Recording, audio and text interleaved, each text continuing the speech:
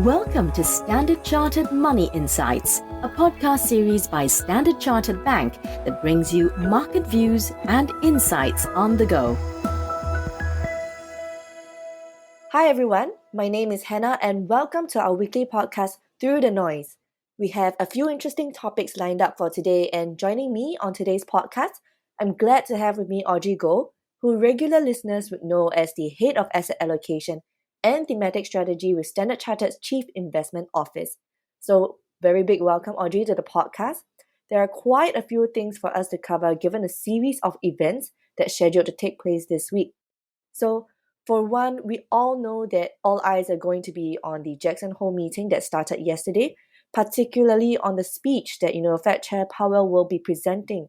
So what we've seen so far is that the equity bear market rally from the June lows has actually stalled, and we see bond yields and the dollar rising on expectations of a hawkish Fed commentary. So what then do you really think, should investors be looking out for during the conference? Thanks, Hannah. There are three potential insights I will look out for.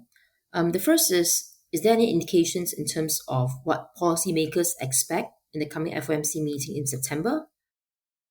Market expectations are roughly split between a 50 and 75 basis point rate hike the following month, following a mixed set of economic data. We saw a pretty strong set of US jobs numbers and durable goods orders, which suggests business spending to be quite resilient.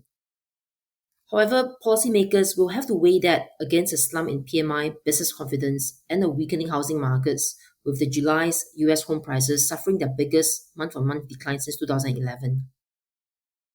Now, markets are not expecting the Fed to waver in face of weaker PMI or housing market, given the job market is still quite strong. But any signs of the Fed's considering to soften its stance, for example by slowing down the pace of rate hike for that matter, will likely boost risk assets in the short term. Second, will there be any rethink of the Fed's 2.5% neutral policy rate estimates?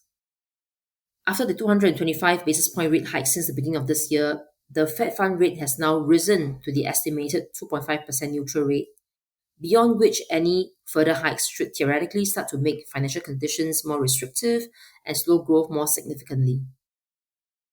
The Fed currently projects a policy rate of 3.4% by the end of 2022 and 3.8% by end 2023 before reducing it in 2024. However, despite the policy tightening that we've seen so far, both the job markets as well as consumers remain very resilient, raising concerns that the neutral rate or the terminal end of cycle rate could be higher than what the Fed estimates are. So any hint that Fed policymakers are considering an upward revision to these key rate estimates will likely to significantly shift market expectation. And in that scenario, that could potentially push the US dollar above its 20-year high and for the 10-year US Treasury bond yield to be pushed beyond 3.5%'s June peak. And in that scenario, that's likely to cause pullback in risk assets.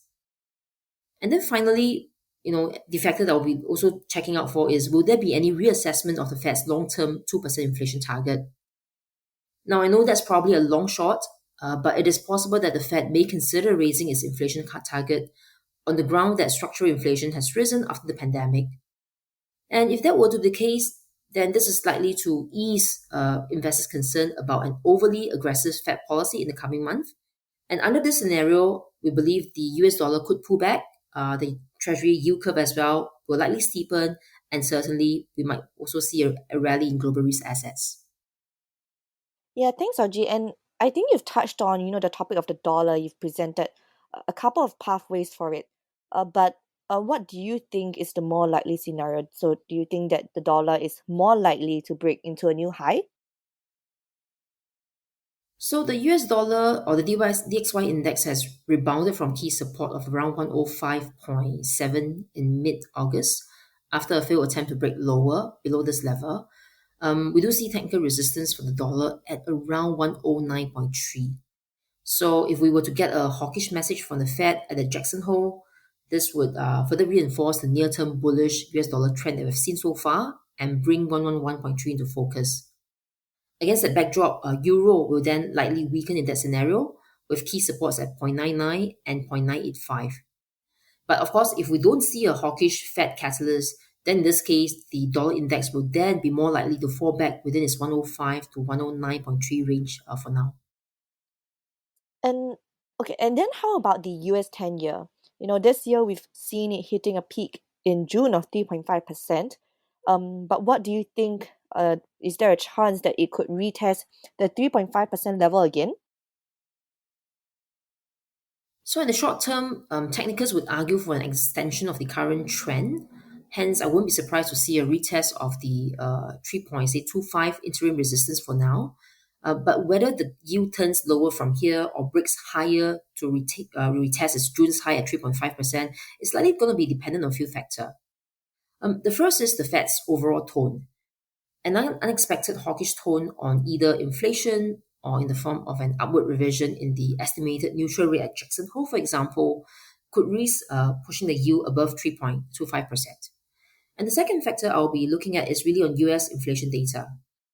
Any potential upside surprise from TCE data due this week, or even ISM prices paid, for example, will be a risk to watch.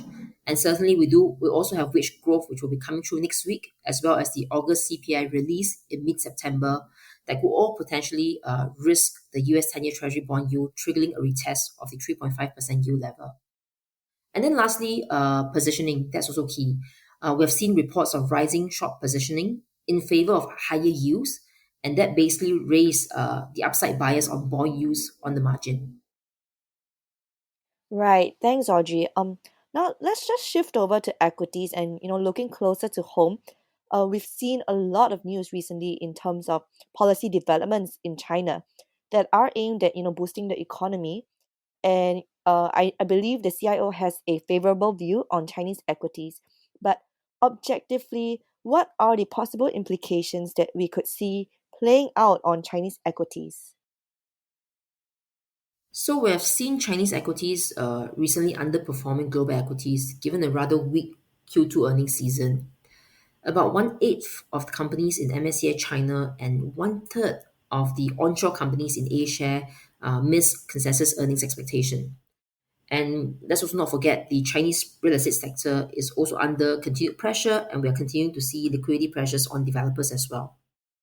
However, overall, the backdrop is quite challenging. We do see policymakers taking more proactive action to support growth in the economy. For example, the Chinese authorities just unveiled a $1 trillion yuan of economic stimulus to prop up the economy, and about 200 billion will be through special bank loans as well as state-owned guarantees of onshore bond issuance that's being set aside for the property sector. And we also expect further cuts to the loan prime rates as well as more measures to support fundings for developers as well as projects under distress. And then in terms of the internet sector, this quarter as well, we're also seeing them beating expectations in terms of the earnings, given very strong discipline, cost control, as well as measures to improve operation efficiency.